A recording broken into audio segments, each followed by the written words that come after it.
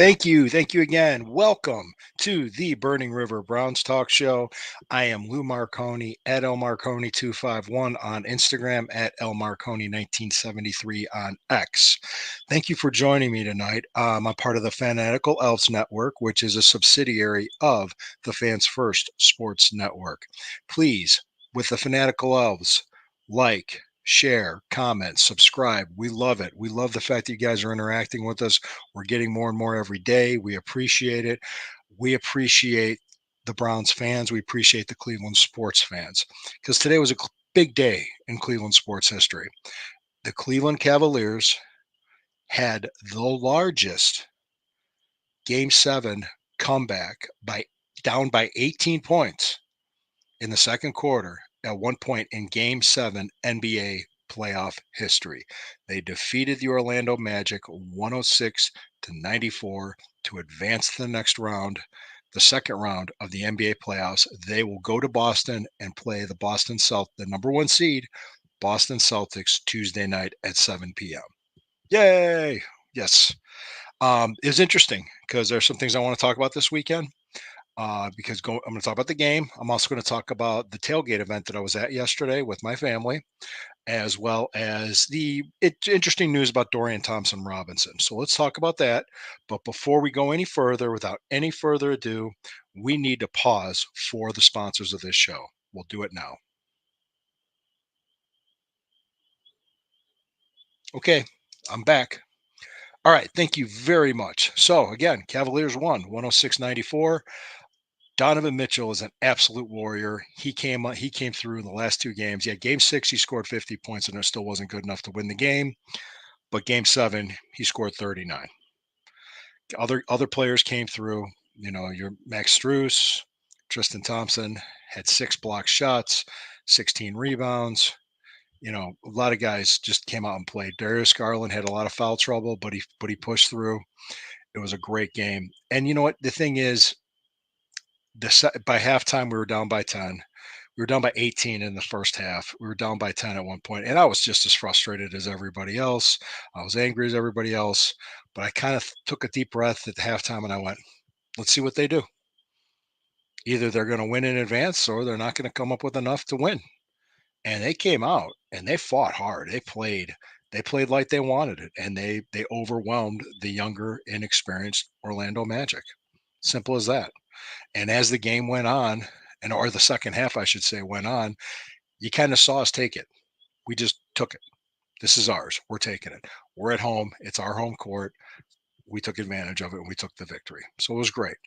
And I remember because the day before, Saturday in Berea at the Top Dog Tailgate Bark in the Park event, I was there representing the Fanatical Elves. Got to meet with other podcasters in Cleveland, other sports people in Cleveland. Got to meet with other Browns fans and Cleveland sports fans too. And I thought it was just interesting.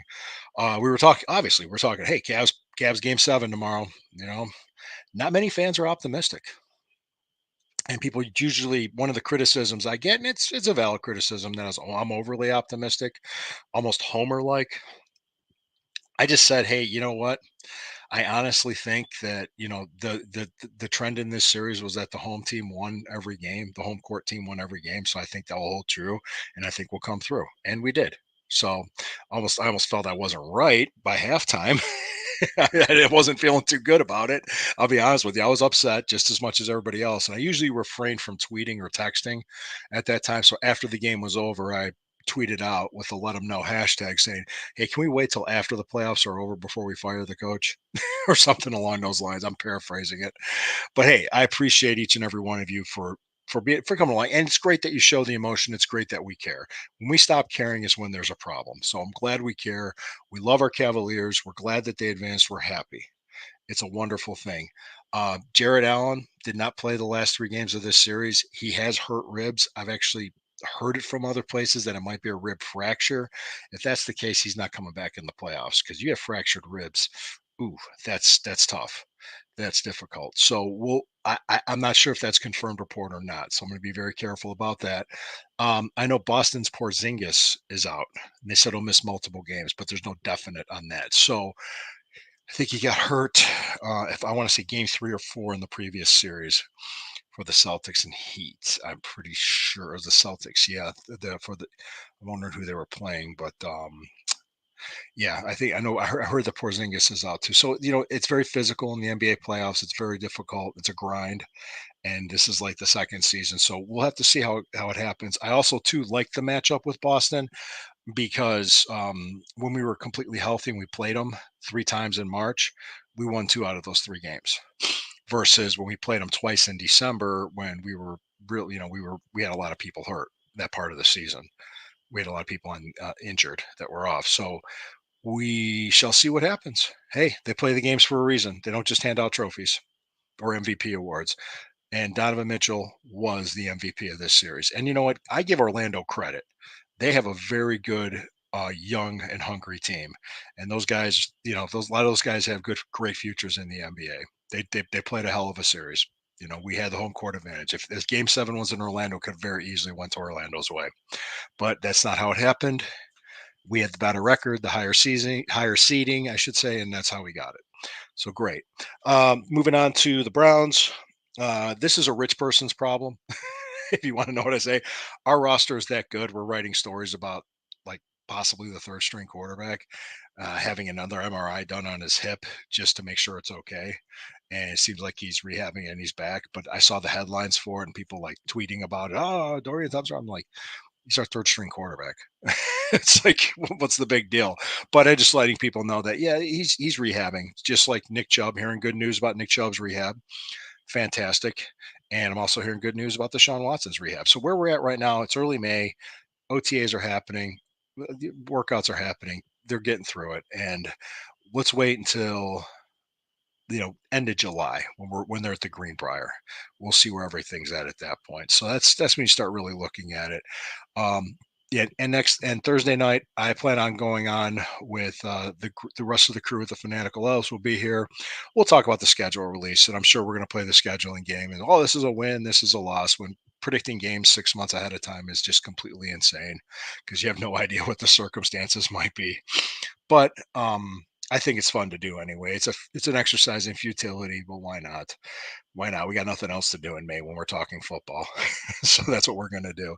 I really appreciate you guys. I really appreciate this. And actually, that top dog tailgate event was a wonderful cause. It was a wonderful event. The food was great. The weather held up for us. It was fantastic. I got to meet a lot of great people and a lot of different podcasts, a lot of people that I talked to on Brown's Twitter, people from the 330 News, people from the Burning River Sports, and people from My Dogs. It was fantastic. People, the ladies from the Squad Pod and Bougie Sports. It was a great time. I will put them over. I will work with them any day, any day of the week. We will work together. We'll help. We'll try to get together because we have one commonality here. We're all Browns fans. We're all Cleveland sports fans. And Steve Heinrich decided to comment. Let me see. Thanks, Steve. I'm going to go ahead and put up the comment right now. He said, "Were there any estimations on when Chubb may come back, or no one still knows, or no one knows still?" To be honest with you, I think it's too early to say, Steve. I did say this. I was with my wife and I went to the Thursday night game against the Jets when the Browns defeated the Jets and they clinched. And a lot of people that were at that tailgate yesterday did not go. And I explained to them what I witnessed and what I saw, along with the other 80,000 people that were there.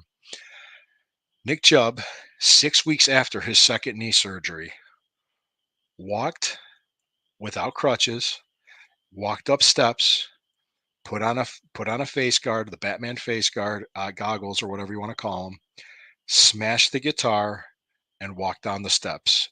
Did not show any favorability to either the knee and did not show a limp. 6 weeks out from his surgery. He's running now. Late April, early May, he's running. That's positive. First game of the season is about 4 months away. It's going to go by quick. Summers always fly by in Ohio. So I'm looking forward to it. I would say my estimation, based on the information that I heard, look at week 6. There's no reason to rush him back. There's no reason to rush anybody back.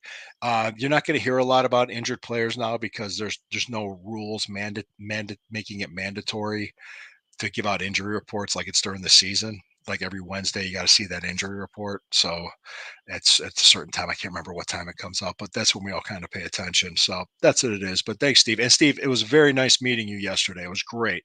I wish you all the best. It was very cool meeting you. And all right, appreciate the comments, appreciate the likes, appreciate the comments. I appreciate everything about you. Okay, I'm going to be back here again tomorrow night at 9:30. We're going to preview a little bit of the Cavs Boston Celtics game one. Talk a little bit more Browns. I might be talking a little bit more about the schedule coming up and everything else. But I really appreciate you guys, and always remember. I say this after the end of every show: when the river burns, it always burns brown and orange. You have a wonderful Sunday night. Enjoy your rest of your weekend because we're all smiling for winning Game 7.